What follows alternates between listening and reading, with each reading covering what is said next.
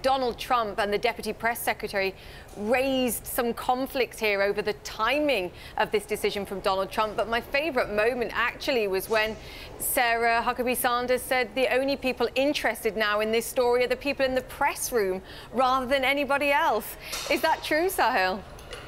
Well, she did face a press room full of incredulous reporters who want to know what really happened in the circumstances leading up to Director Comey's dismissal. The White House is contradicting itself here. We have the President of the United States contradicting his own Vice President and his own White House communications team based on what they said yesterday, which was that the President fired Director Comey on the recommendation of Rod Rosenstein, the Deputy Attorney General. Today we have the President telling NBC News, and I'm quoting here, "Regardless of recommendation, I was going to fire Comey," unquote.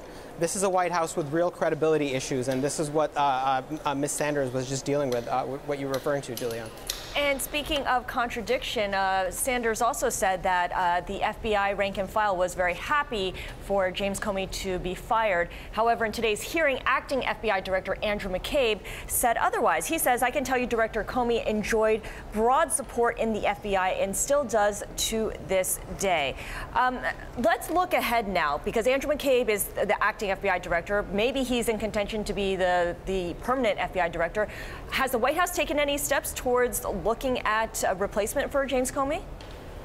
Well, there's some chatter out there about potential names that could be considered, but nothing is official right now, so I don't want to get into that speculation. But we know that Republican leaders in the Senate are already looking forward to getting a potential nominee. There are some senators who are also starting to float names at this point, but it's very early in the process. The White House has not tipped its hand in a significant way in terms of what we can expect. But this is another thing that Congress has to deal with in a pretty jam-packed schedule going ahead to the rest of the year. That certainly does complicate President Trump's hopes of getting other items in his agenda through, like healthcare, like tax reform, like infrastructure. Yeah, let's talk about that policy agenda, because that's sort of one potential clear way that this story could interact with markets. It sounds like politicians say that it won't be a problem, that they can continue to pass all these things without dealing with this, that they were never going to get any Democratic votes anyway, and so Republicans can keep moving the ball forward on the big legislation. Joe, I wish I had a nickel for every time a politician was Pollyannish about the hopes of getting something big done. This is, of course, what they're going to say. They're very, they're going to remain optimistic and do everything they can to maintain a level of optimism and to maintain a level of momentum for the things that they really want to get done. I spoke to Senator Orrin Hatch of the Finance Committee, who chairs the Finance Committee, oversees taxes and healthcare policy. He says he remains optimistic about getting these things done. Hopefully that, that this Comey fiasco will not affect that. Same for John in the Senate Majority Whip, told me that Congress can walk, talk, and chew gum at the same time. So yes, the hope is that this doesn't affect their agenda, but reality has a way of overtaking these hopes. Well, the reality also is that they go in August on recess. Is there any likelihood, any discussion of perhaps they're not taking that recess? Has that ever happened?